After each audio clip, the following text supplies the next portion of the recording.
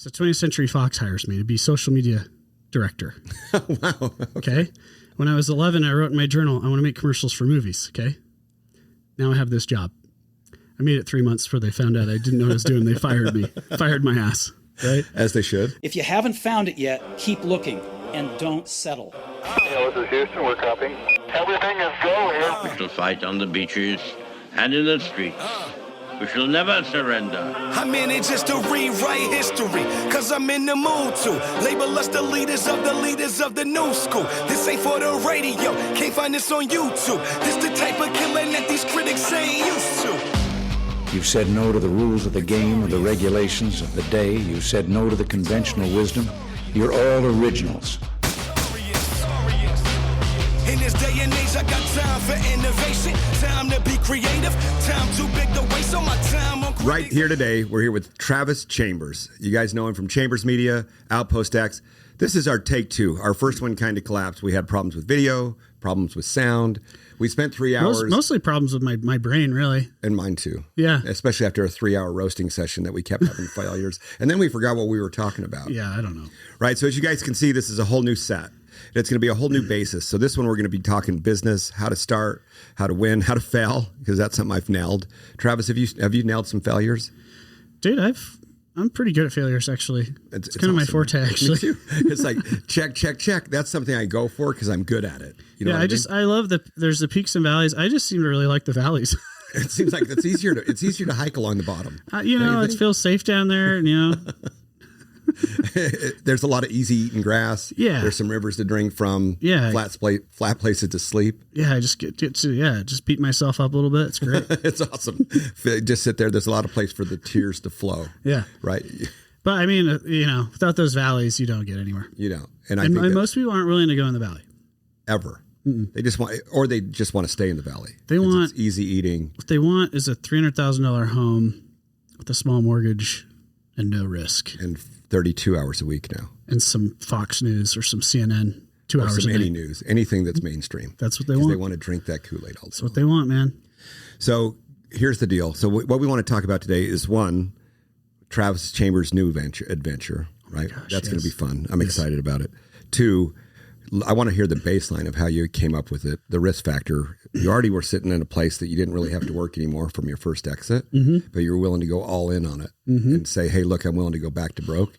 Kind of what Grant Cardone says is like, stay broke, because you grow from there. So I was making $1 million a year at the peak of Chamber, decent at 33 years old, sold it, $6 million cash hits the account. After taxes, that's $4.2 million. You got to blow $300 or $400 to celebrate. Sure. You set the rest away, you're making $400,000 a year. It's not bad. So I sell this company for $17 million. I get $6 million. Now all of a sudden I'm living on half the income. So $6 million is not really enough to do all the things you want to do. So I had people are going to frown at you at that. But so why would that not be? My lifestyle is too big, and so I wasn't willing. Problem. I just wasn't. I wasn't willing to reduce my lifestyle. Okay. So I decided to take another risk. And then this risk was? Outpost X, building a micro resort in the middle of nowhere in the desert. So what do they know it as? Outpost X. As far as on video, this is the place that looks like... It's the people refer to it. We don't. People refer to it as the Star Wars Hotel.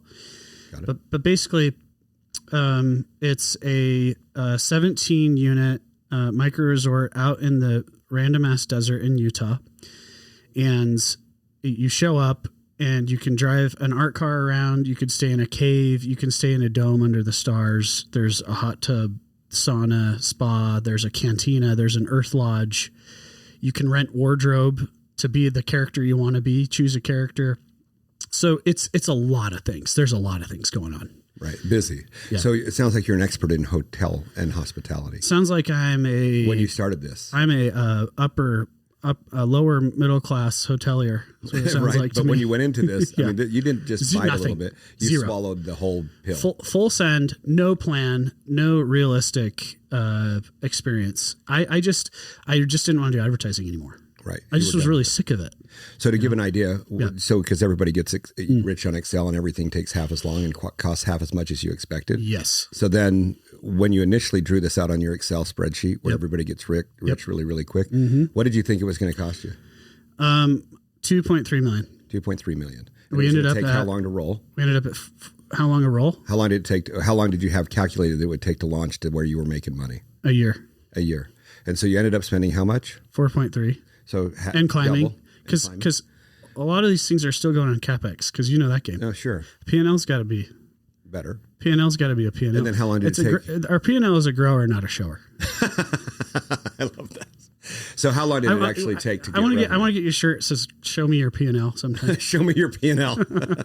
I want to see that. Yeah. Sorry, ladies. Let's get back to it. To the revenue side, how long did it take you to start making money?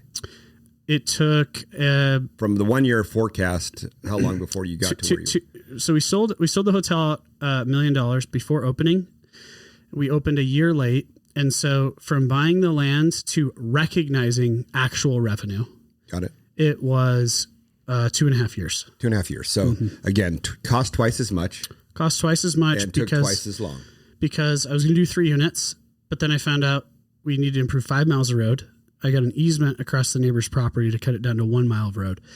But because I had to build a mile-long road, the project had to be bigger to make profit.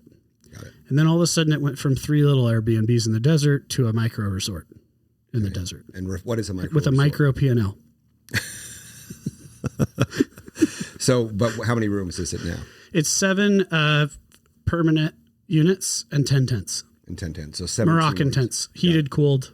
Awesome. Like nice glamping tents. So the model that you're trying to prove here is then going to be expanded to something else. Like, I don't imagine you're not a sit still guy. No. So you want to scale this. Yeah. So how does that look? So we're building a hotel brand. Okay. So notable brands you would know under canvas in Zion, Auto Camp. Okay. By the way, we have his partner Postcard that Cabins. doesn't want to be on camera. So he's going to be a voice that you guys can just get swept away from. Josh is here. He's behind the scenes guy. I'm the dreamer that creates the chaos, and he's the one that makes it work. I love that. And that's the visionary operator combo. We finally found each other. So visionary integrator. We've been married about 9 months. It's been beautiful, beautiful marriage. We're still in the honeymoon phase. Who's the cute one? I can't figure that part. I think Josh has got he's got some cheeks. We let Travis be on camera. I don't know. Josh has got the backside. He does? Yeah, my family calls Josh Gyash. Gyash. Yeah, my kids call him Gyash because he has a gyat. Do you know what a gyat is? So Gen Z's, the gyat is you get a nice donk. Do you know what a donk is? Your badonkadonk on the back. Like, Yes. Yeah, got it. Yes. Yeah. Got it. Like the song. Like that. Yeah. Yeah. So he has that. He's got a cute tush. Nice. And that's why he's behind the scenes. That's how we get our deals. He just turns around and people write checks. And there you go.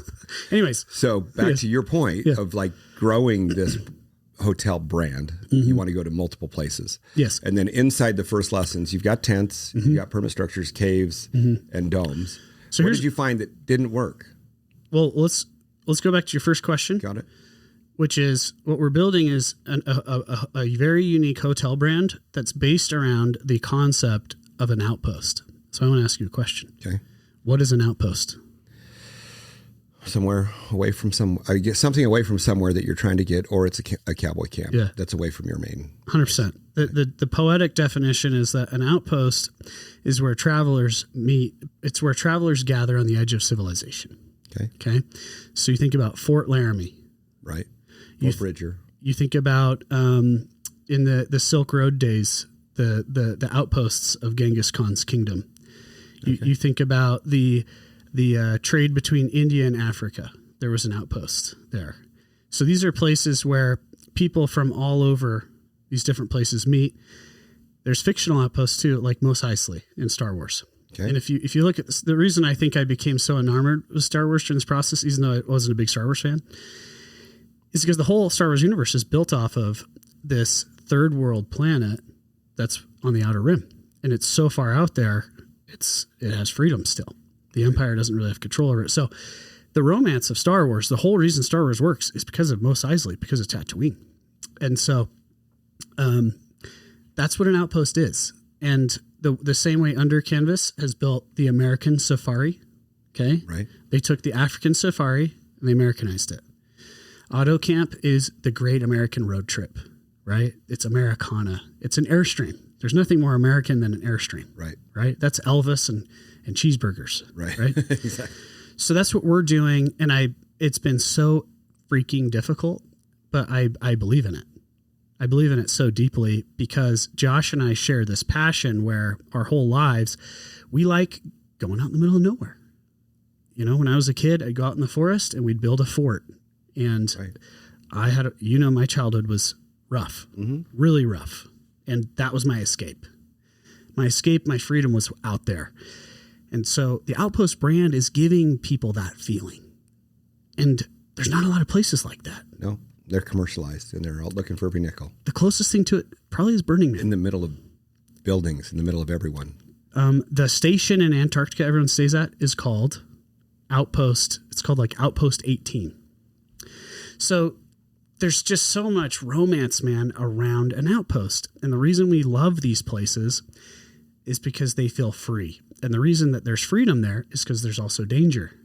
And that's why we look at these subcultures in history or even in science fiction. These subcultures that so many of us fantasize about are these wildly free people. Pirates, samurai, cowboys, Vikings, digital or desert nomads, space rebels. And I know this sounds really nerdy right now. You were at Fanex yesterday, right? Yes. But not related. Yes. And so that's the brand we're building. Got it. And so I think by this point, I think everyone probably understands what we're doing. That's the vision. Yeah. So you know how you love it, you want to grow it. But I would say that it's probably now proven its model more than just for you to drink your own Kool-Aid. You've had customers, you have continual customers, you have repeat customers, you have people telling story. It's very Instagrammable, I should say.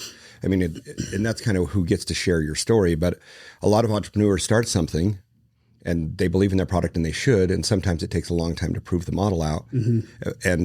But sometimes they don't listen that it's really not something that's loved, right? You've seen that happen before and you probably spent millions of dollars on product that should have not. Like the business model we've built is not viable at this size. It's breaking even. Right. Our P&L is crushing. Our paper profits are great. But, a lot of our profits go back into the project. Right. Because that's what you do when you're building a brand. Reinvest into How many years of Murphy Door was that? Still. You're still reinvesting, rebuilding. Right. That's what I did at Chamber Media too. Chamber Media, I could have taken a 30-40% margin. I fixed it at 15 and I put all the money into the film production to make it absolutely freaking nuts. Right. And guess what? When our industry collapsed, right? When the e-commerce bubble popped in 2021, 2022, right? When the online shopping COVID market got saturated and everyone watched Shark Tank and everyone and their freaking mom was selling some widget online, all the agencies except a couple are gone now. And even though Chamber Media is half the size, the brand lives on. Still there. Yeah.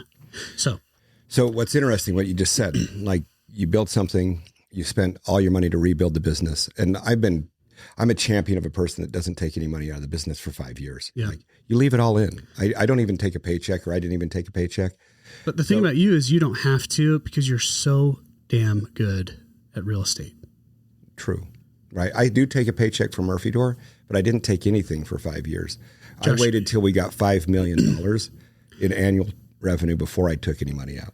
Josh, he just took a guy's shirt off of his back on a facility in Kentucky. I got paid $500,000 to buy this building with no money out of my pocket. He didn't pay anything. He just took over the debt. That's at 4%. And the 2042. The facility is how many square feet? 180,000 on 15 acres. 180,000 square feet. 10 megawatts of power. 10 megawatts of power. Generated. Wow. Concrete building. Xerox's old corporate office building. It's perfectly plumbed, wired. He's selling power. It's amazing. Right. And I got paid to do it, $500,000 for about 60 hours worth of work. And he learned all this from Grant Cardone. 100%. You got to give it to Grant. And it's all I did is took his model and reversed it. Right? When I get back to making money, I'm going to get on that boat with you. Yeah, you need to. I think we're 3 months for making money with this strategy that we have. Then you just add 3 months.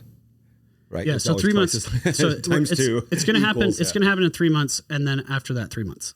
Right, as you should. Yes. Right, and there's really a reason why. And I think where I'm going with this kind of question, Travis, is you've been in business twice, right? You've had fortunate to be lucky on the first, not lucky, but successful. Two legitimate businesses. Right. And a lot of small college businesses. Which is, we all go through that. Yep. MMA fights.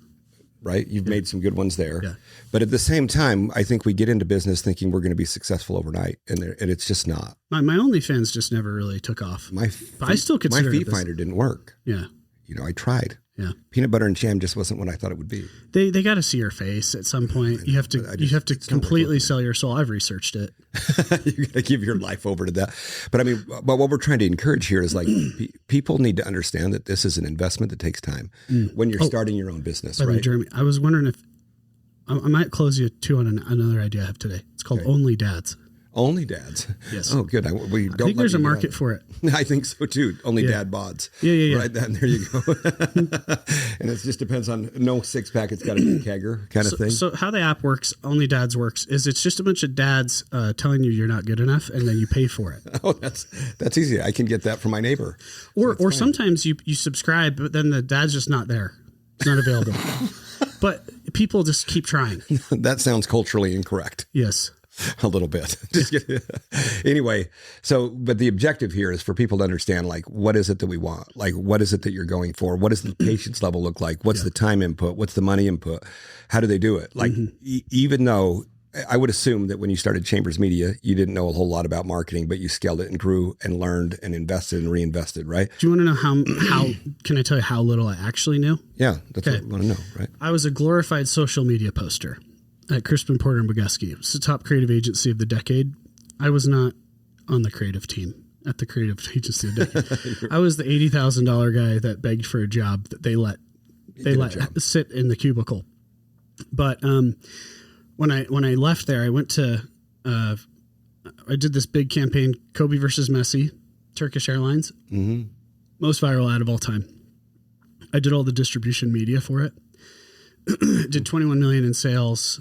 We blew the TV campaign out of the water. 150 million views, 3 million social shares. One of the biggest media campaigns of all time, right? Okay. Guerrilla media. I did it all on $1.5 million budget. So I thought I was hot shit, right? So you can go start your own. All I did was put the vendors together. I didn't know anything. I just knew the right people. Right. So 20th Century Fox hires me to be social media director. Wow. Okay. When I was 11, I wrote in my journal, I want to make commercials for movies. Okay. Now I have this job. I made it 3 months before they found out I didn't know what I was doing. They fired me, fired my ass. Right. As they should. The mistake they made is they gave me 3 months of severance. Okay. That was $15,000. That was the first time I ever had $15,000 in my bank account. There it is.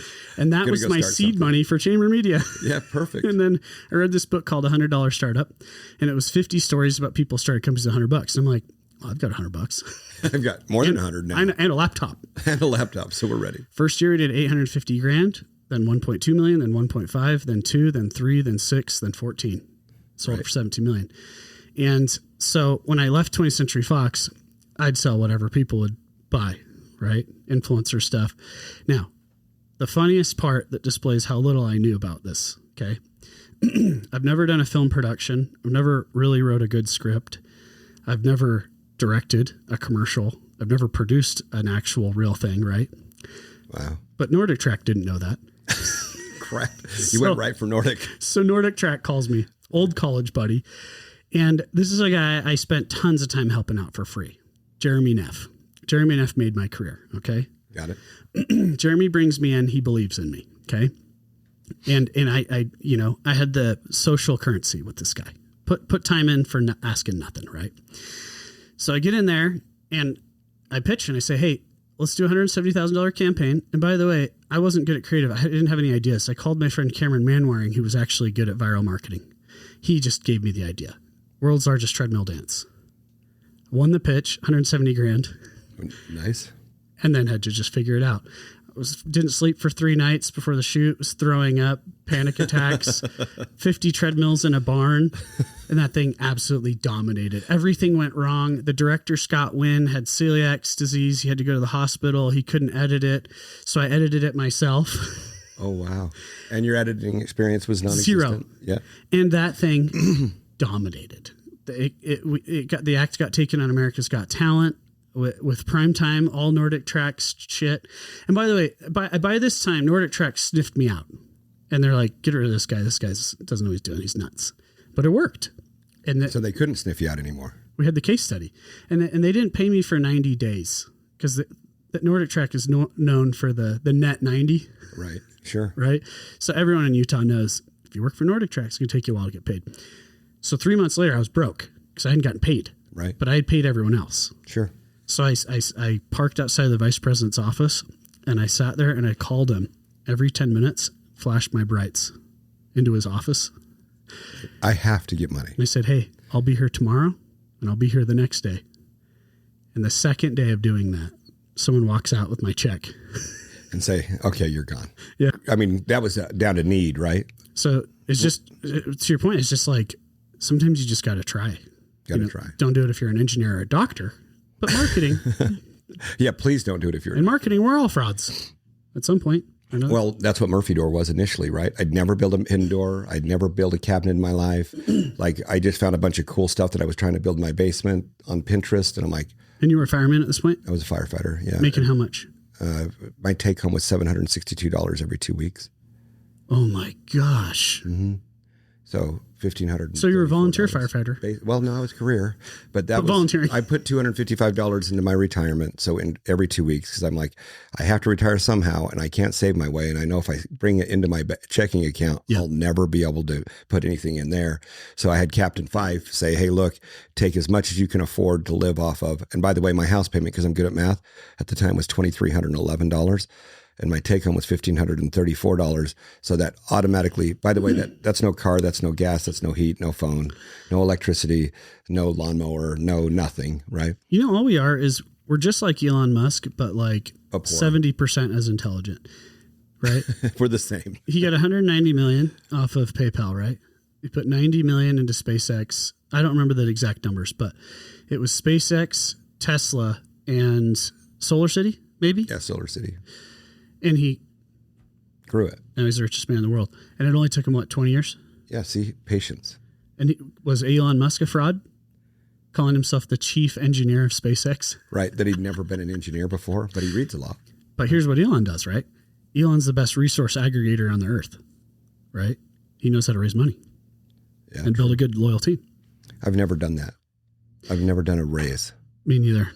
I probably should learn because I want to be like able to just keep being the chief or the best resource aggregator. Yeah, but raising money can make you really stupid. True. Because you think you're successful and you're not. Well, I think it does two things. One, like you become Ty Lopez real quick. That are in the state of Utah and they don't solve the problem. They plug the problem with more money. Yep. And instead of like trying to plug the hole, they're actually tearing the hole. Yep. Right.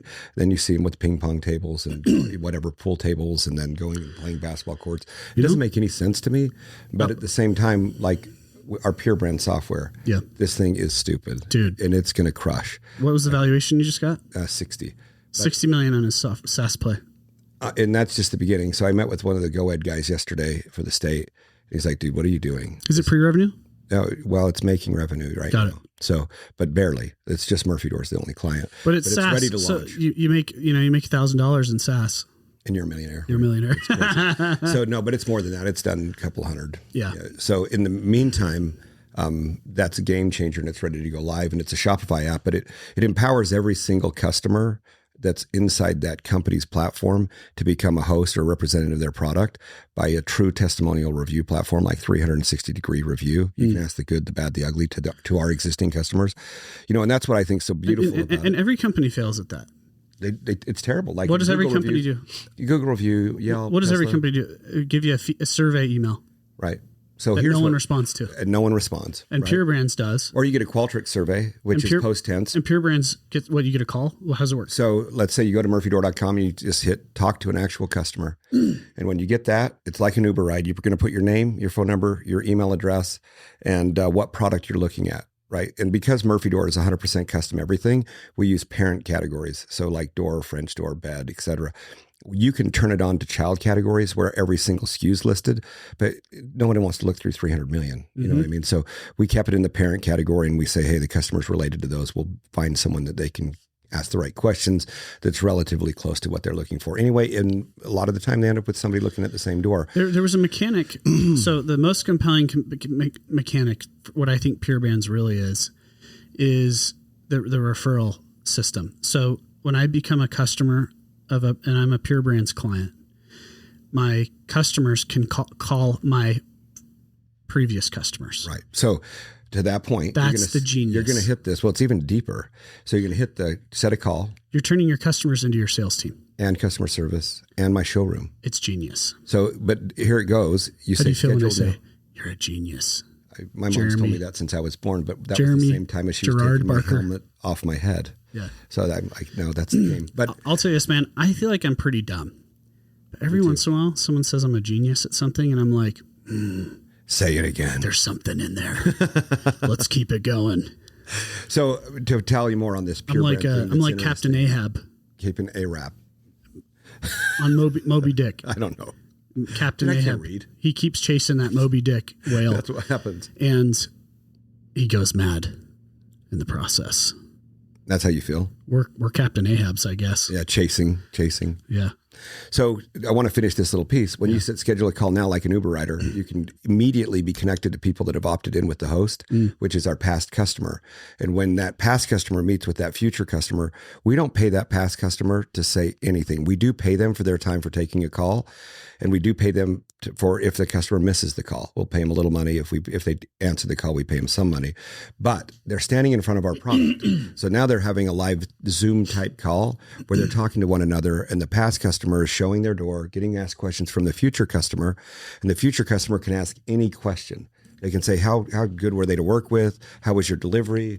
And I mean, and let's be honest, like every transaction we ever do, even if we have a 1-star experience, there's some element that's okay, but you can get a what I call the 360 review around it. You can say, okay, so the shipment was hard. The door was heavy. You had to use a pallet, or a hand truck to get it in the house. And that was hard, but how's the door now? I mean, that's what's going to last for 20 years, 30 years inside your house. Well, I love the door, but I just wish they would have brought it in the home or whatever. But the customer can understand, okay, they can inoculate the idea of the delivery being easy, but they can also say, or being difficult, but they can also say the door's wonderful. What I love about Pure Brands is you had a problem in Murphy Door that you solved. I didn't have showrooms. The problem you solved is going to be worth more money than Murphy Door. 100%. That's how this works. So even cooler, let me tell you what goes. Go ahead. That's what Outpost is. Yeah, the problem that we get our asses handed to us. Yeah. Building this thing, okay? Bad reviews, early sellout, like you sold out early, took people's money. But it wasn't ready on time. Yeah, but all the terrible things that happened created our new funding strategy and this deployment strategy. So it's like all the worst things that happen in your business are the biggest business element, opportunity. Yeah. Right. And desperation is the mother of invention. And I'll tell you this, when I had a lot of money sitting there, thinking of anything. I was an idiot. I didn't have to do anything. That's what scares me. It's like I can't do shit unless my back's against the wall. Remember what I said about what Grant Cardone says? He keeps $40,000 in his checking account. At the most. Right? And he has to earn it every day. At least. He wipes his ass with $40,000. Right. He spends that on a hotel room. But he's like, stay broke. You got to stay broke. Hungry is all he means. Right. You got to stay hungry. And if you're not broke, you're not hungry. Like if you're not readily accessible to cash, you can't move. I think all these billionaires are kind of broke. They all are. Liquid broke. Like even Elon Musk said that. Yeah. He goes, dude, I'm lucky if I have $40,000. Yeah. Right. They got billions of dollars, but where's the cash? It's in the value of their company where they put all their time, effort, and energy. Yep. Right. So, and I think that's what's it. But the other thing, the biggest problem that it solved for us, Murphy Door in Pure Brand, and I think this would work wonderful for Outpost, excuse me. Outback Steakhouse needs Outback Steakhouse totally needs Pure Brand. Yeah. They'll learn that they have too much seasoning on some stuff. But let's reach out to Outback, see if they want to do a collaboration. To get customer feedback is difficult. Reviews sometimes are just 5-star or 1-star, but then you can't really get a hold of a mad customer on a 1-star. You can, but sometimes they're not just open. They're just single-minded or single focused. But I'm like, when we are able to take that video and then transcribe it, and then take the pros and cons from the past customer and the pros and cons from the future customer, and then get an action plan from what they've said. So for example, the past customer said the delivery was difficult. The door's hinges squeaky. Future customer said, I can't find this on their website. I was wondering how hard it is to install. We give an action plan to the company, says, hey, by the way, Travis's door is squeaky. He found the delivery to be difficult, and here's the difficulty he had. Future customer can't find this on their website. Make it more prevalent. Teach people how to do this better so they understand how easy the DIY piece is. And then even better. So you think about Qualtrics, it's a post-sentiment survey, right? How do we fix a future problem? Well, this happens live time. So let's say that customer doesn't transact. By the way, the conversion ratio inside a Pure Brand meeting increases your average conversion rate 17,000%. It's not 17%, it's not 170, it's 17,000% increase in conversion rate. So it takes us from 0.24 conversion to 41%. So, and I'll show you the paperwork, but even more importantly, and it's cheap. It's cheaper than a salesperson. We charge a percentage of your revenue that we participate in. So it's a fraction of the cost of a salesperson, 17,000%. And it's a showroom, and you only pay them when they have a meeting, and you only pay, you know what I mean? Like they're free and they're on call. You have a 24/7 sales force and a 24/7 showroom that people could say, hey, is anybody available to have a meeting? Do that. Hey, I got a question for you. Yeah. You know those rock panels that we do at Outpost? The foam ones? The polyurea rock panels? Mm-hmm. There are these 240 square foot panels that we put all over stuff to make it look like a rock cave. Murphy Door owns the interior home space. Yeah. You own a lot of wall space. A lot of the sexy part of every wall space anyway. Yes. I need to connect you with the guy that makes these rock panels. Oh, that would be sweet. Then we could hide the walls, the doors in the walls. I think we could talk about this after, but I think if you integrated these rock panels in your flow, he's manufacturing these things for a few $100. They sell for $1,500, and people are going nuts. Okay. Because they can turn a home. Where are they out of? Texas. Okay. They can turn a room like this into a cave. Sounds crazy. The guy built these for reptile zoos and stuff, but he's barely done any marketing, and he's cranking like 6 figures a month on these panels. We'll talk about it. Okay. I love it. I think it could be this is how it is working with ADD Minds, huh? I think it could be a little bolt on. You just throw that in your inventory. I bet oh my gosh. Domination. You probably do 10, 20 million just like that. So when you think, going back to, I'm leading somewhere with this question on the Pure Brand piece. The thought process is now these hosts, right? We've solved a couple of problems. One, I don't have money for a showroom. Two, I don't have enough money for salesmen. Three, it can help with customer service. Four, it helps with product improvement, right? So now I get the feedback live time, pre-spend. Oh, by the way, one more thing. We take that action plan. We take what all the cons were from the future buyer. We build a sales pitch based off of what the problems were. We send that to our outbound team, and we say, hey, use this. This is what you're going to do to solve Travis's questions and to help him close, because we know what the issues are and we can address those right away without kind of doing a bunch of things. But so that was a big problem for us. Like getting feedback on what was wrong with our product was difficult. Like we don't do surveys. We're asking for a review. Well, it's either good or bad, but it doesn't tell us what we could do better. And now we're getting it from the horse's mouth, literally watching it on video. And I'll tell you something, as an owner, when you're watching somebody talk about Outpost on video to a future guest, you're sitting there kind of with your butt clenched. You're like, please don't say anything negative. Yeah. It's like the edge of the seat. The cool part is the company owner, you'll be able to log in as Outpost and say, hey, what are these customers saying? What can we do different? What was something that was bad in their experience that we could improve on? What's something they love that we could capitalize on? And it's all live time and it's sentiment based. And then on top of that, what's really cool is now that host or that previous guest has given you permissions, when they download the app to get paid from Outpost as an influencer or as a guest or as a host that's actually bought from you, is now we can take it back in, and we can, when they download the app to keep track of their meetings, and they see when they get paid from you or from Pure Brand, actually, because we charge you and then we pay them. We download all their contacts to your Outpost deal, so that when any of their friends come to stay or search Outpost, and then they look up to have a meeting or a little thing with a previous guest, if they want to invest in traveling to Bethel, right? Isn't that what it's called? Burl. Bethel, not Bethlehem, but close. It's like Bethlehem actually, but it's better. There's some Bethlehem elements. So Beryl, Utah. Yep. So there's an investment there. So maybe they want to ask a few more questions, but now you've got their contact and say, hey, Travis, by the way, before you go, some of your contacts have stayed there. Would you like us just to line you up with one of your contacts that have been there? So now you got friends selling friends. And Warren Buffett says that the best product you could ever care or best business model is an MLM. And now what you do is you create every company to be an MLM, but really an SLM, because there's negative connotations to that multi-level marketing piece. There is no multi. It's just you and your client and the company, right? And you don't have to keep track of the downline. So there's a whole bunch of things that it fixed for us. And not only that, but it drives that product improvement level to the next level. Now it's not necessarily instead of multi-level marketing, change. it's unilateral level. It's like unilevel, It is. Yeah. 100%. And you think about what does big box say to you all the time? And obviously the reason why product isn't selling is it's too expensive.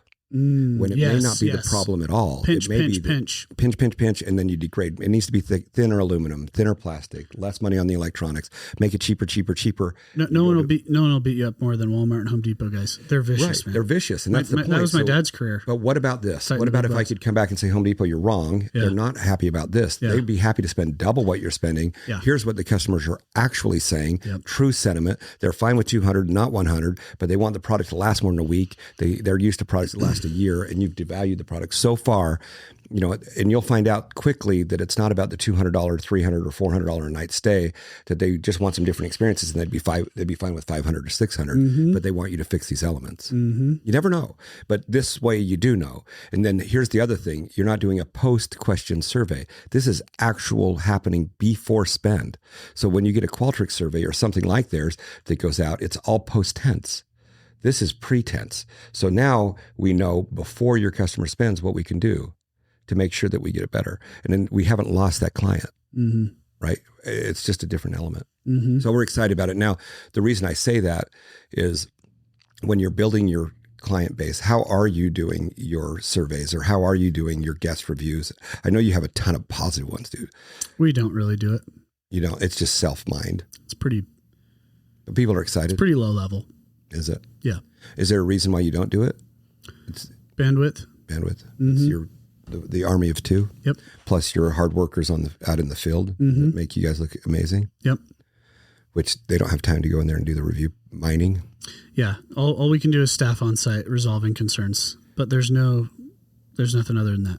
So here's what's amazing about you, and what I love about what Travis is. You've taken your marketing experience from the past, and then you've implemented it into Outpost. And what's amazing about Outpost is you said you sold $1 million prior to even opening or having any kind of. The biggest complaints we get from our guests is they say the marketing is better than the experience. It is. So and it's true. Right. It is true. I think that's where you do such a good job on your marketing piece. But at the same time, Chamber Media actually, to be honest, was also the number one complaint. That your marketing was better. The idea of what we're doing is better than the actual thing we're doing. I think it's that way too. I mean, I used one of your competitors for a big commercial ad campaign, and the commercial turned out fine, but the experience was not as good as it could have been. Well, the truth is it's just true. I'm better at marketing than I am at hoteling. Sure. But you're okay. But that's gonna. But you're learning. Yeah, that's coming. This is all part of the growth. It's coming. You can't be expected to be like the best hotelier on the planet when you haven't ever done it. Yeah. And you're going to make constant improvements every single day. But what is you see this? It's just like this deploy pod pitch I pitched you, right? This bonus depreciation thing. Yep. Oh, I want to hear about this. This is exciting. And by the way, I'm not changing topics. This is relevant to this conversation. Me and Josh made this deck, not fully fleshing out this tax strategy. Okay. So before we did market research, we talked to people who are doing it, but before going spending 20 grand with attorneys and tax, CPAs and stuff, we just went and freaking pitched it. Right. And we got yeses. Right. Well, turns out it's going to cost 50 grand more than we told people, but we're also going to give people a 5-to-1 depreciation now instead of a 4. Right. So we pitched the thing when it's 70% ready, and now we have the demand. Now we're going to fully flush it out. So that's the whole concept of this thing. It's like, that's what Outpost is too. Like, hey, let's get minimum viable product. And that's Josh's thing. Let's get minimum viable out the door. MVP. Because dude, now look at us right now. Okay. I've never got so many yeses on something. Hey, if you put a $200,000 deposit on this villa, we'll give you a note for $1 million. We'll sell you this room for $1 million, but you're only gonna pay $200,000 a deposit for it. Whoa. Yes, I'm in. What are the details? I don't freaking know. We'll figure it out. We'll send you documents when we have them. Right. But now we know it works. So now we can do it. Right. Yeah. But see, that's the out of the box thinking. But I also haven't taken anybody's money. Right. Right. That's the important But piece. you're working the piece, right? I'm not taking anybody's money until you know. Until I know. Right. But before But then, you're doing the gut checks. Before then, I'm going to send them a shitty deck. Right. And To the I'm best of gonna your ability at that time. But the people we're talking to, they've all got $1 million to write off. They know exactly what we're doing. And they know. We transparently tell them, we don't know. We're figuring it out. But that's such an important principle. I think people just don't do. You did it with Murphy Door. You did it with Pure Brands. You did it with everything. My ladder. I'm an anti. And Josh made me do this, by the way. Josh, we need to add this slide. We got to do this slide. It's like, Travis, shut up. Pitch it. Shut up.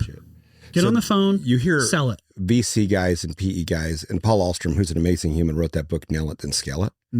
And I'm not a nail it and scale it guy. And there's a couple reasons why I'm not nail it and scale it. One, if you spend all your money nailing it and you're using VC or PE, you end up with nothing at the end of the nailed.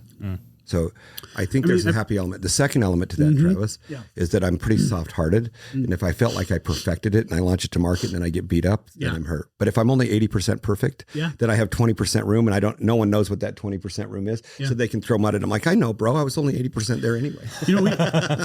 We sold $1 million pre-bookings at Outpost. We ended up giving $200,000 of that in refunds before we opened. And what's interesting is on Indiegogo in our terms and conditions, it says no refunds.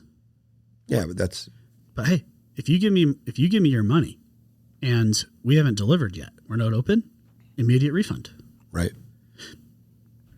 Everyone's happy. Right. And you don't ruin your brand. And then they'll still come back someday because you stood behind what you said. Exactly. Right. At least there's a chance. We've had, of that $200,000, $100,000 of those people rebooked later.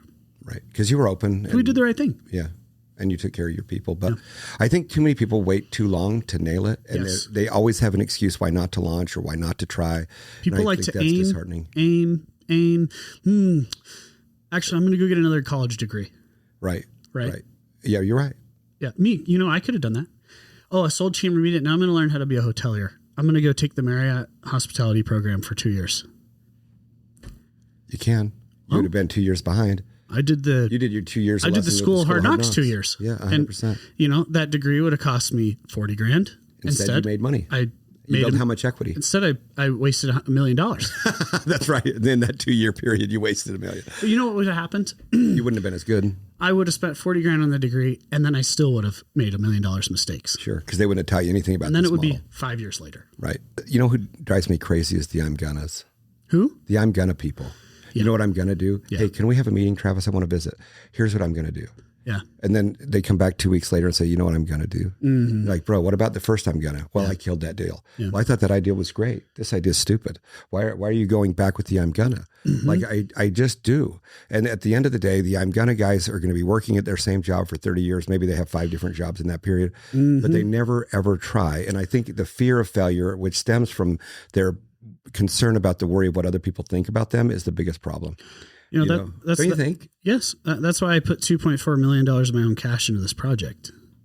You're not supposed to do that. Right. 50% of your net worth. It's a pretty bad move. Right. You stick every bit of cash in. But now we have this huge brand we can build on. Right. And huge opportunities and people reaching out that want to work with you. I mean, we have a different company, that Pinnacle Hotel deal we're doing up in Flaming Gorge, which I think could be a beautiful fit in some element of an Outpost. Yeah. It's not a Star Wars game. By the way, more of a resort game. Josh and I went through your planning and zoning docs and we realized it's out of our league. It's too difficult. It's just too sophisticated for us. Dude, I can't spell. It's not too sophisticated. Like you sent me your you sent me a checklist for all the planning and zoning permitting things. And I'm like, we finished it. So I'm like, for me and Josh to figure this out, it's just out of our depth. Yeah. But you don't have to worry. I finished it. Good.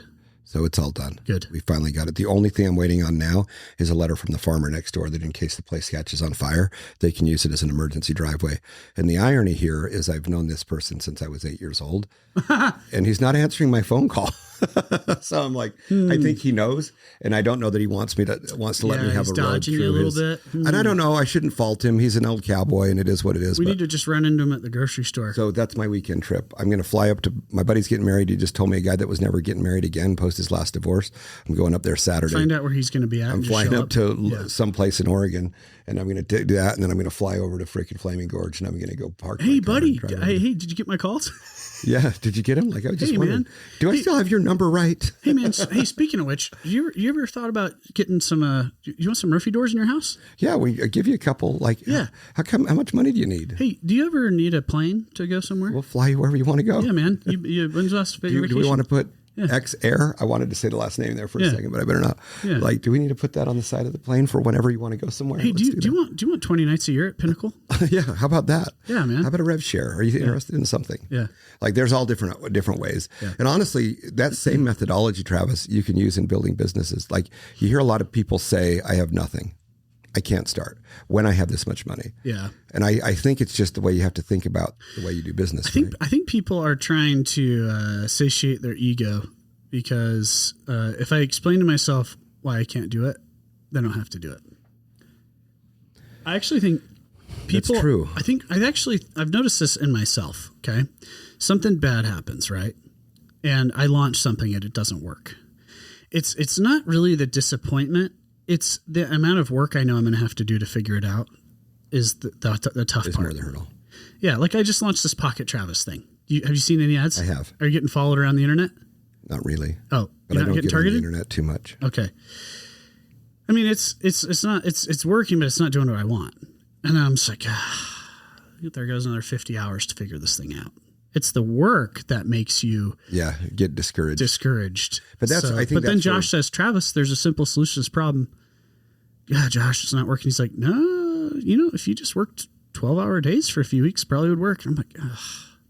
But I don't even want to work. Okay. I thought this was going to make me rich overnight. Travis, just shut up. Quit talking in circles. And just do it. Go to the office and just work on it. And go to work. Yeah. Application of effort. But Josh gets to say that while he's eating an Arby's sandwich. No, Josh works his abs.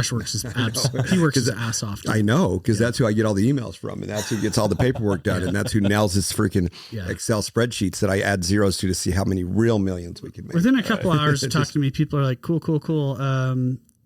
When's Josh available? Right. So can I just talk to Josh? Because I love the visionary sales pitch, but the actual doer and the integrator is what's more important. Yeah. Those are the hardest to find, right? Yeah. It seems like there's a lot of visionaries out there, but a good integrator that can be aligned with the visionary, like in that Rocket Fuel book a little bit, like Traction, they talk about it. But it's easy to read and it's hard to understand until you get in the middle of it and you're trying to find integrators to put that vision to play. And it's a lot harder than you think. It's like, hey, this is a great plan, Travis. Where's the spreadsheet? Where's the cost? So how does the money get made? Okay, we'll get you a spreadsheet. So I did the same thing with Pure Brand. So this the whole model of what that is.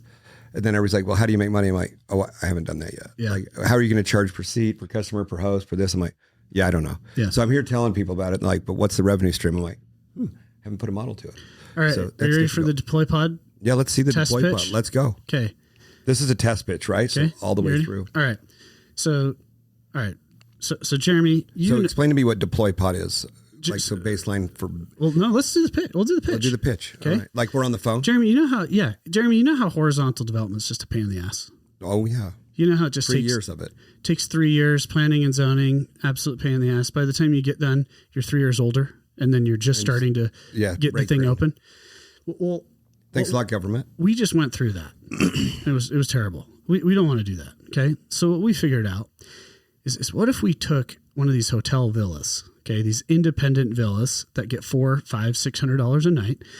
And what if instead we onboard all the infrastructure on the unit itself?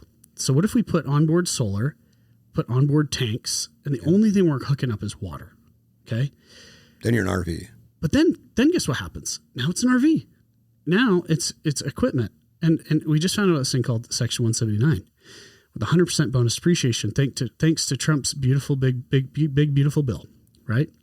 And so now What we're able to do is we can go build one of these units for $200,000 in a factory, not in the middle of nowhere in the desert. Mm-hmm. We can have all of our costs controlled, and we can add all of our production design and make it into this themed experience. And we can take this, $80,000, $90,000 commodity hotel product that would normally get like $150 a night. We had $40,000-$50,000 of infrastructure and production design on there. Now we're in the $600 a night ADR. Now here's where it gets even better. ADR's average daily rate. Yes.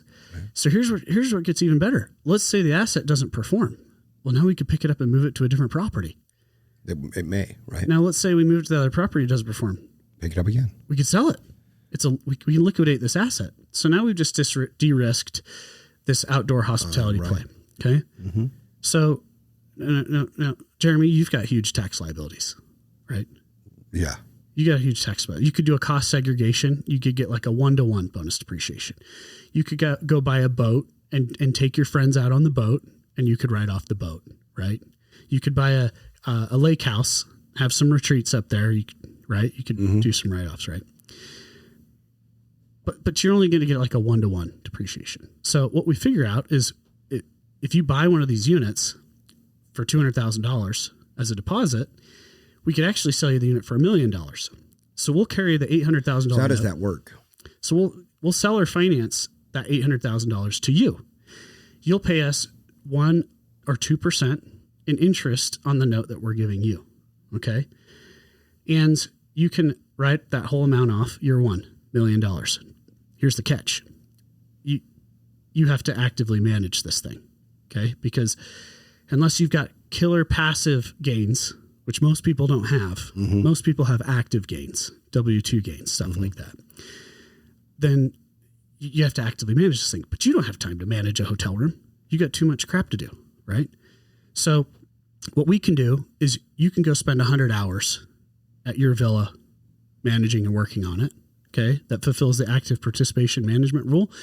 And then we'll give you an email so that you can run the customer service for this too.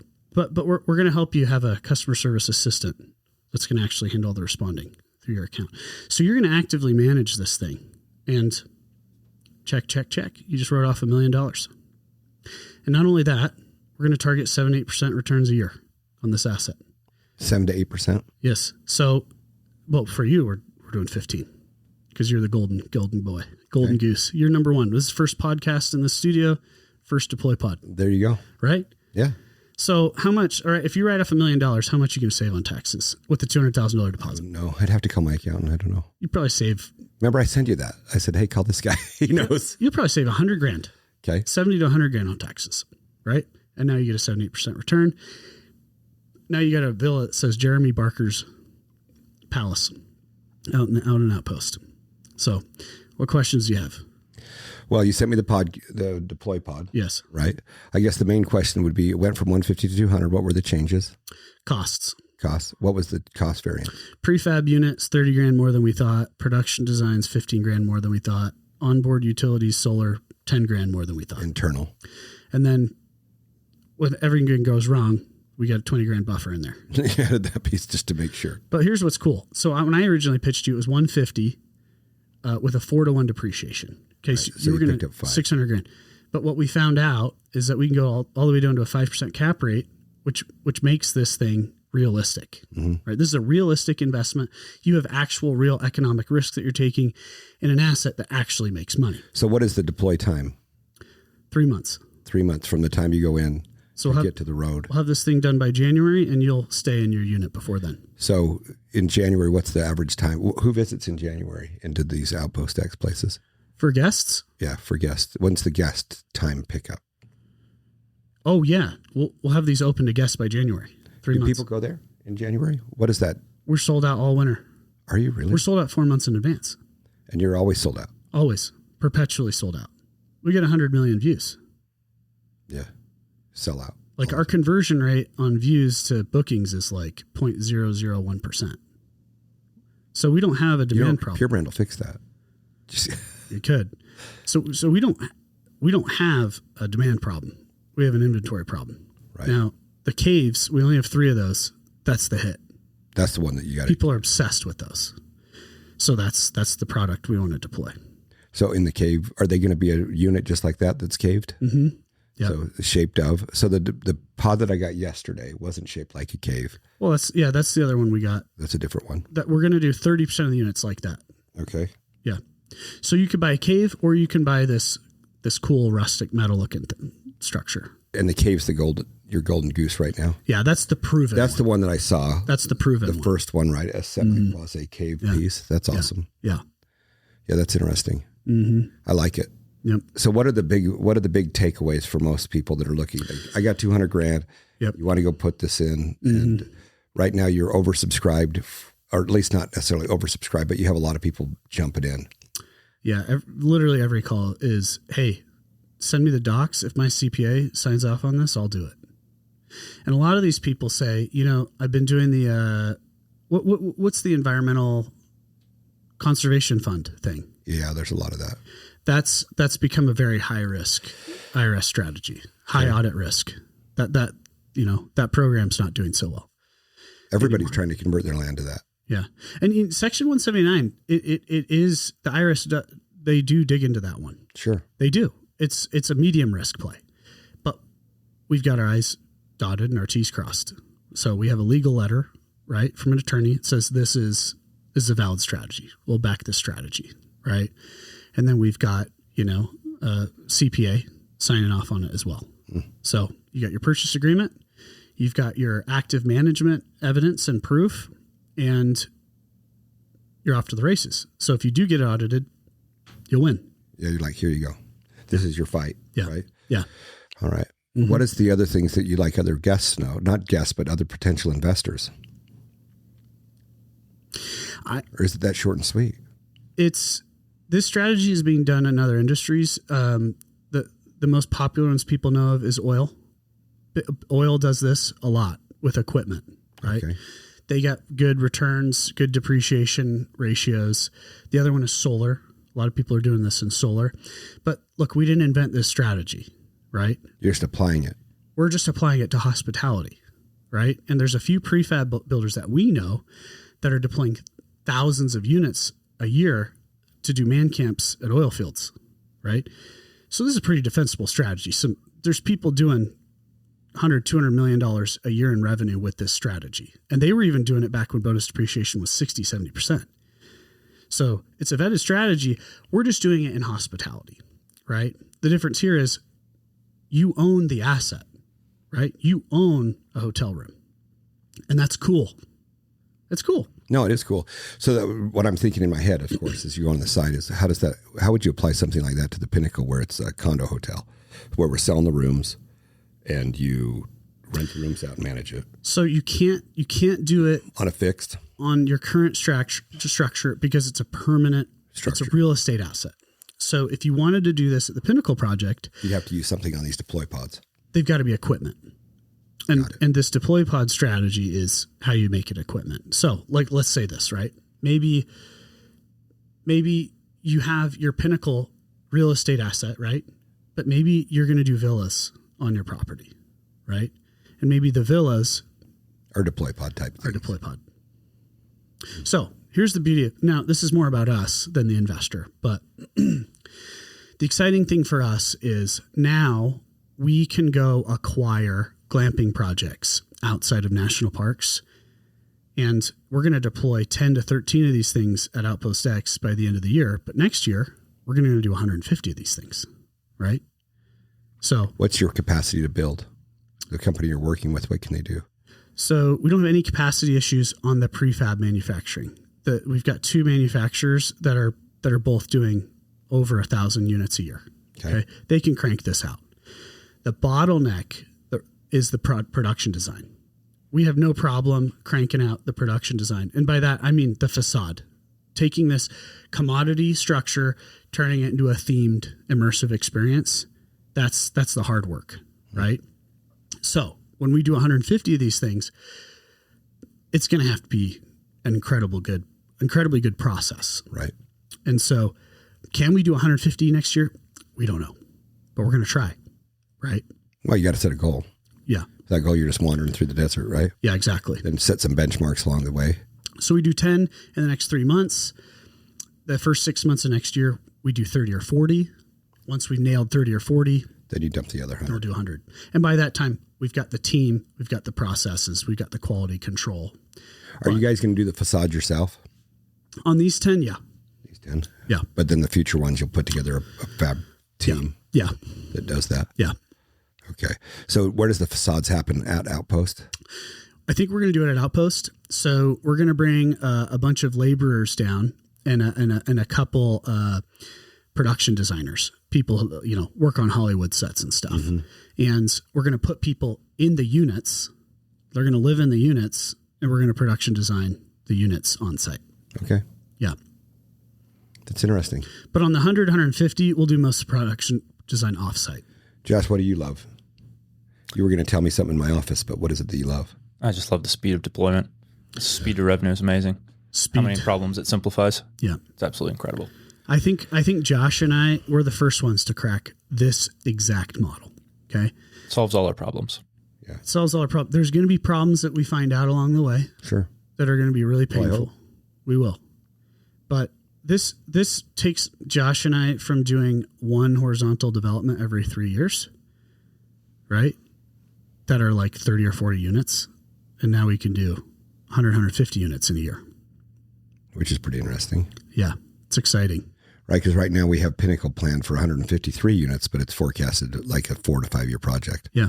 Because, just the short seasons that we have in Daggett County and their scalability as a city, right? Because it's a heavy impact on their infrastructure. You got sewer, water, gas, all the stuff that comes in, and it's a small town. Yeah. Figure this town has 250 full-time residents, right? You bring in 153 unit hammer. Like, whoa, you're shaking a town. So they have to kind of build into it, which this doesn't do. Yeah, and that's why we want to acquire specifically glamping projects and RV parks. They're already permitted and zoned. Right. So these tent projects, replace the tent with the deploy pod. And your rate goes through the roof, right? How long do these deploy pods last in comparison to like a regular home? What do you envision? 30 years. 30 years? We have a warranty. Okay. Manufacturers what are about warranting the external, the cave? External, 10, 15 years. And then it's not too hard to fix. The beauty of the facades, though, is they're changeable at any time. Wear and tear, fix them up. The caves, it's EPS foam with cement. What's going to happen? Right. What? Cement cracks, breaks. Yeah, touch up. Patch it over. It's Tatooine. It's supposed to look like true. That. The metal ones are 30-year product. You get some bumps and dings in the metal. No big deal. So what'll be interesting about this, Jeremy, is like, what other creative concepts will we come up with? Right. From this point. Because of these 150 units, they're not all going to be caves. Sure. They're going to be all different things. So what else are we going to do? Are we going to have some that are a forest product and we put the poplar bark on the outside all and around it disappears into the... Like a hobbit. Yeah. Like, like those little deals in New Zealand. You could create those too. Yeah. Yeah. That'd be interesting. So we put lipstick on a pig, turn it into an experience. That place does, that little village in New Zealand does like 55 million a year. It does? Mm-hmm. I've been there, stayed there. Me too, 55 million. You did? It was crazy. Yeah. So I asked this little farmer, a sheep. I did not know it was doing that much. And they could do so much better with like their gift shop. Yeah, 20-30% of that's going to the studios. Yeah. That was the deal though. They could do that studio as a tear down. And he said, if you want to do it, you have to do permanent and I get to keep it. Guess what we heard from Disney? What's that? Their lawyers love Outpost. And you're not infringing. Their whole licensing team knows about it. And well, of course, we probably got turned multiple times. We've had multiple licensed apparel brands shoot at Outpost, and they're licensed with Disney, with Star Wars. They had to get licensing, so they've determined that we have no infringements, and they see us as inspired by, and they love it. Wow! So you're not concerned about Disney anymore? No. Well, have you ever thought about licensing with them? You talked to Jason about potentially doing that. I thought about it. It's like 15%. Here's the thing, though. Disney has never licensed a hotel brand. Interesting story. Right? Walt actually sold the rights to a hotel brand for all the hotels around Disney parks. Did you know that? I did not know. It took them 30 years to get rid of that. That's part of the reason. So they could bring it back home? Yeah. It's part of the reason Disney has not gone heavy in hotels around their parks. And to be honest, hotels don't make money like theme park does. No. Yeah. Hotels are difficult. Hotels are low margin, pain in the ass. They are. I've learned. I have 21 rooms, and it's hotels. It's a tough model, and you know, but I talked to a guy. I won't say his name, but this guy owns 20 different hotels in the Greater Zion region. Dude, he's got 80% occupancy, and his NOI is 20 to 35%. How's he doing it? Because he's good at it. Because he's good at it. And I suck at it. Because my NOI is too 20 to 30%, but there's a minus sign in front of those 20 and 30%. Yes. So it's a little backwards. Yes. Yeah. You know, so yeah. Who knows? This guy, he's doing the bucket list. You know Garrett Gee bucket list family? Mm-mm. You never heard of those guys? Mm-mm. They're huge. Massive. They're out of Utah. I guarantee you've seen their stuff. Okay. But he just launched a signature bucket list hotel brand with these guys. This guy's he's just a master. Josh and I aren't masters yet, but we will be. And he's older, so you have time. Yeah. You're 21. You have time. Yeah. Right? Yeah. Well, that's awesome. I'm excited. I'm excited for you. I'm excited to see. We've been talking now a year on Outpost. Oh, we've pitched you how many different things? A lot of different ones. A lot. But what's great is you pivot. You don't like after a little while as you go through you build up the idea. Yeah. You're like, that's the thing, but you stay on mission. Yeah. Right. It doesn't have to be the carry through. But what I think most people fail at is they don't want to, they quit after they kill their first idea. They don't just reiterate to find something that really matters.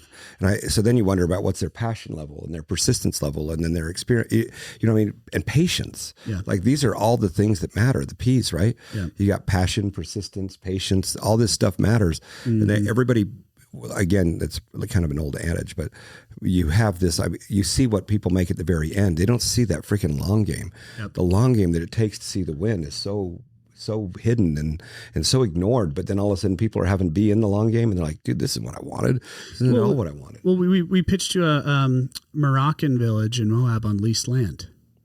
And you said, maybe. Well, then that lease deal we were trying to get fell through. Mm-hmm. And you didn't like that deal. You weren't feeling it. It didn't feel right. Yeah. I think this is the third thing we've pitched you. Right? I think the third thing we've pitched you. And the other one was Puerto Rico or something. In Puerto Rico. Yeah. You're like, I don't want to be in Puerto Rico. Yeah. Just foreign scares me a little bit. You know, the only people who want to be in Puerto Rico are people that have been to Puerto Rico. Are residents of Puerto Rico. Oh yeah. Cause they and we've just find out that's by the way, we got 600 lined up for Puerto Rico. Oh, nice. It's just a matter of when we get time to do it. But that's a little bit of a commitment, right? It's a hotel owner in Puerto Rico. Oh, nice. That wants to do it. That's awesome. Yeah. Well, that's exciting. What other advice would you give to people that are out there trying to do their thing, whether it be hotels, whether it be business, media? You know, one thing that I've noticed in your old field of marketing, that's getting freaking saturated. There's a lot of 20-year-old experts in that world. Yeah. Right? Like, it's not saturated. That matters, but I mean, I think they're missing some of the experiences. It's kind of why I got out. I'm just like, you know, I was early, right? When I started in that. What were the years? I got started in 2011 when digital advertising in the United States was 3% of all media spend. Okay. We get to 2015. I've climbed the ladder in the media world, and I chose digital because I knew I would leapfrog 20 years. So when I was at 20th Century Fox, you know, I was one of the most knowledgeable people in the room at 25 years old because I was native to it. Well, now digital spending is most of advertising spend. And I sold at the very peak. I sold in 2021, September, the highest valuation month in American history. That's the month I sold. So I sold at the top of that industry. And I was like, there's too many people in this game. Even then. And now it's over the last 3 years, it seems like it's a magnitude greater of people. The other thing too is I'm like, AI is going to do all this stuff. Within a year from now, AI video will be indiscernible from live action. It's getting really good right now. It's scary. So it's like, I'm not needed in this anymore. So I'm going to go do blue collar stuff. I'm going to go build where the next 6-figure jobs are, right? That's where they all are. No one my age is willing to go swing a hammer and build real stuff. So let's go build real stuff. Let's go figure it out. Yeah. You know, it's a good pivot too, coming from white to blue. Yeah. And you'll see that's where the money's at. That's where the new money's at anyway. It is. Because nobody wants to do it. Yeah. And it's like all these roofing guys are selling to private equity, just dominating. Right. They buy a roofing company. It's doing $1 million a year. They take it to 10 million. They sell it for 30, 40 million, and they do it over and over and over and over again. They wait for the private equity to kill it, and then they buy it back and do it again. Right. So, but me and Josh are excited for the Tesla bots, because when those things come out, then they're building your stuff all over. They'll build our stuff. I put my name on a list. Yeah, we'll see. All right, my theory is, in 10 years, your wealth will be managed, will be measured by how many bots you have. Probably. Or, if we're being honest, they're probably not going to sell us the bots. They're going to lease them to us. Right. Why would they sell them? Why would they sell? It's They're kind going of to like lease what them. John Deere tried to pull on everybody, right? Did you see that? Yeah. Where they were saying they didn't really sell you the tractor, they sold you the technology. How many bots can you lease? How fast and how good are you at keeping them on track? I'm assuming that's going to be the future. Right. I do too. Yeah. Pretty interesting. So yeah, man. Okay. This deploy pod thing, it's really exciting. We get like a little bit of upfront margin on it for our operating cash flow, which solves the slog of real estate development where you don't make money till the very, very, very end. Right. Just early. We get a little bit of margin up front to cover our ass if things go sideways. And there's no debt. How's the investor insured? They get the deed of their insurance right away? Is the asset. So, but then there's that 3 month lag from check to asset. Yeah. So what does that look like? I think we're going to just tell people we got to get paid in full because we have to go so fast. Yeah. But what is the guarantee for that gap? I don't know. I have a unique experience I'll share. What should be our guarantee? I don't know. You tell me. What recourse? What recourse would we give you? Hey, Travis, I'm going to write you $200,000 check. If this thing doesn't deploy in 3 months, I'm not going to be compliant with it being in service, right? Right. So you have your deadline measure. You could get screwed if we fail. Right. What should be our recourse? I don't know. We'll have to workshop that. What is that? Like complete refund? What do you do? Like, I mean, the easiest recourse is that it's like not 100%. It's like 70 or 80%. And then you pay 20. I think there's some targets. Like I think you have some benchmarking. Like this is obligated. This is obligated. I think there's like, hey, if you're the funnel between us and the deploy pod people, then there's like, hey, what does that look like? Here's the money. This is where the money's at. This money's over here at deploy pod. Now you have the asset percentage. We'll probably just have to do one or two milestones. The only thing I'm concerned about is what if people don't get their act together and pay it quickly on the milestone? Then we're stuck with the bag. Well, I wouldn't say milestone checks. I mean, you can still do the 200. Yeah. But I think there's the things like, hey, here's the breakdown. Yeah. We're going to immediately send money to deploy pod at this much money. So at that point, you have the asset here. So this is where the money is. How about this? We've carved $25,000 margin, upfront margin for gross profit. Okay. What if that's our recourse? Hey, if we don't hit this milestone, it's $10,000 off. Hey, if we don't hit this third milestone, I still don't like that. It's just not enough skin. Yeah, well, no, it's not. It's like, well, where's the other 200? Like, and you'll understand this better when I draw the legal letters that are going back and forth in the middle. And that's more of a $500,000 play than it is 200. But we got to figure out this recourse thing for 3 months. Like, what does it look like? Right. So I really think, obviously, you have to order your deploy pod tomorrow. It's how do we make you know we're not going to take your money and screw it up and waste it, mess it all up? I don't know. Yeah, that's the question. I haven't been involved enough on the initial transaction to build that out. I think, but it's like, hey, I think that is the biggest. When do you write your check to deploy pod, and what's their payment requirements?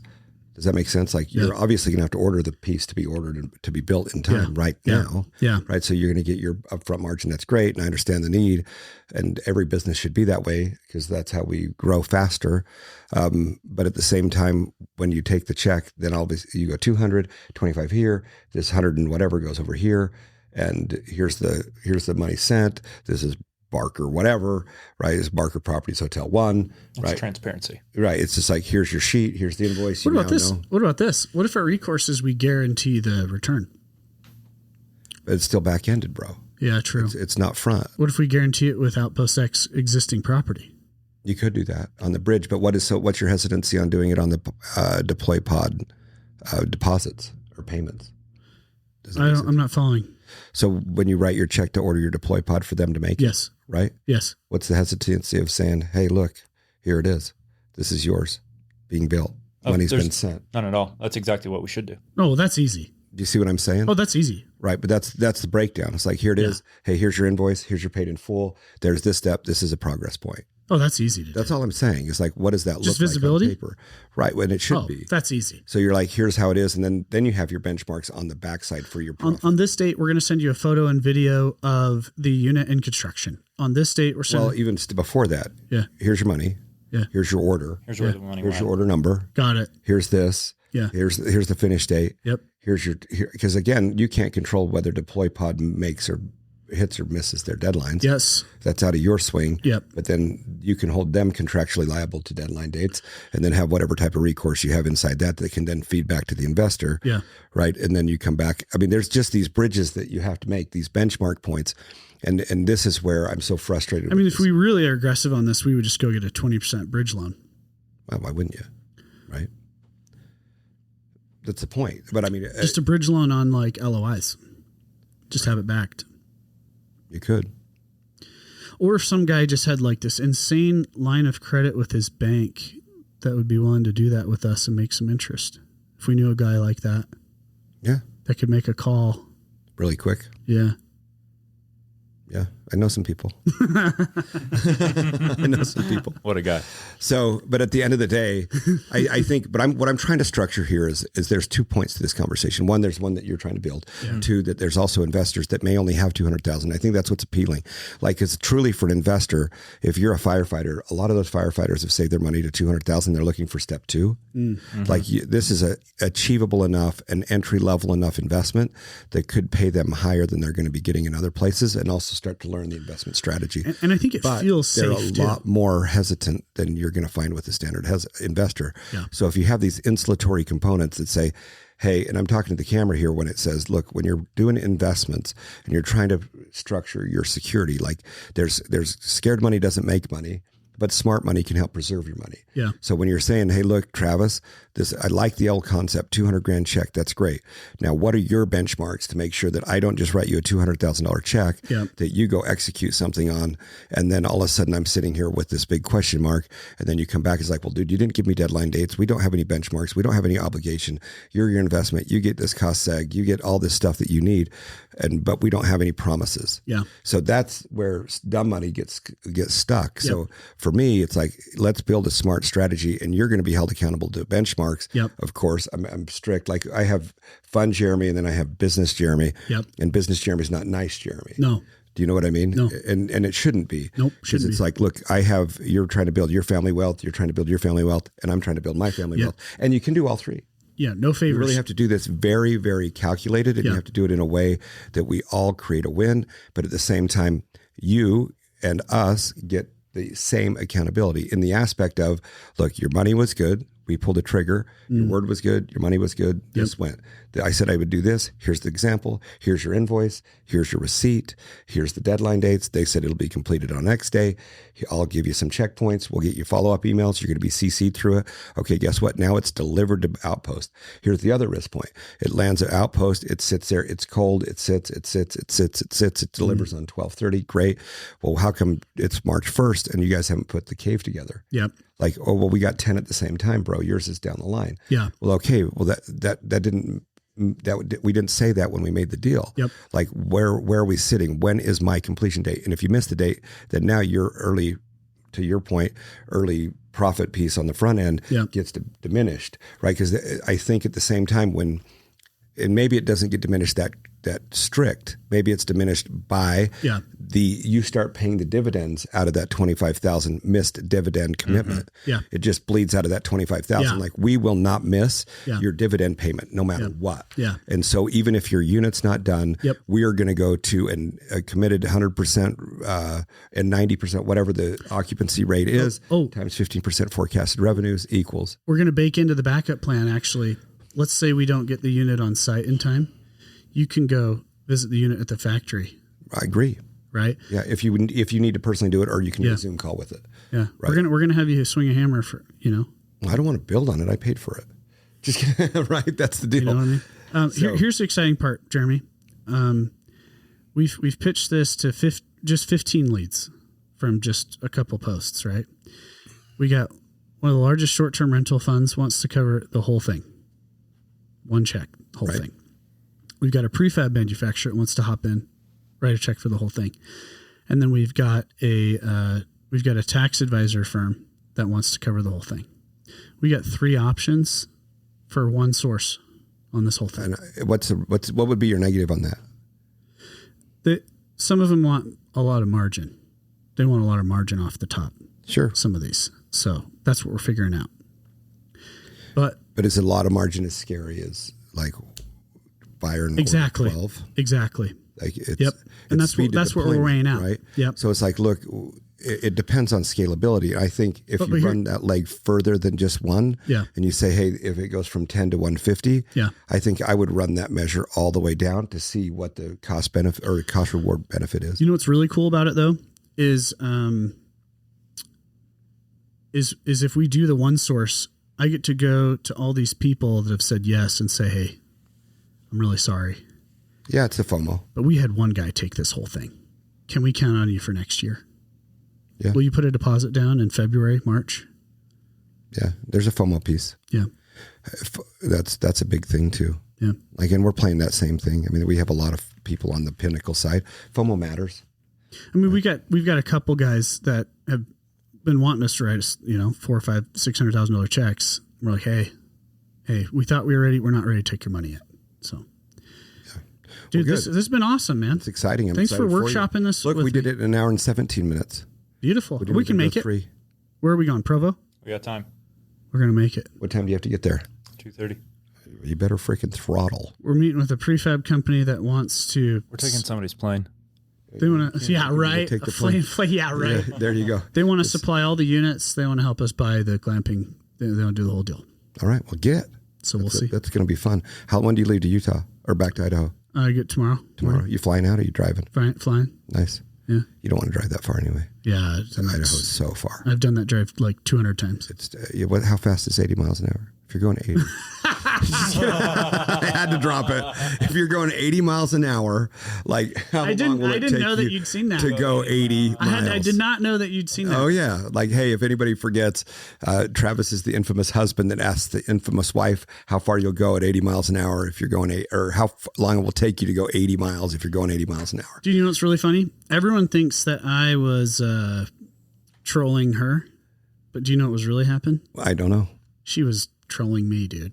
Oh, really? Dude, she knew what she was doing. She just wanted to play the blonde. It took her 10, 15 seconds to figure it out. And then she just wanted to just frustrate the hell out of me. I love it. And I fell for it. I love it. All right, everybody, Travis Chambers, Josh, I forget your last name. Josh Anderson. Sorry, Josh. I'm terrible with names. So you're lucky I remember Josh. Yeah. Thank you so much for coming on the first episode right ever. here in this JGB podcast. Yes. We don't even know what it's going to be called, but thank you so much for tuning in. We hope you show up next time. Yep. We want to do some lessons. If you're an entrepreneur and you've done success or you've lost and you'd like to share some time and visit with us, come on in. In the meantime, hit the follow button, subscribe to our channel, send us some questions, put some stuff in the comments. We'd love to hear from you. Yeah. I love y'all. Have a great day. Thanks Take again, care. Travis. Thanks, y'all.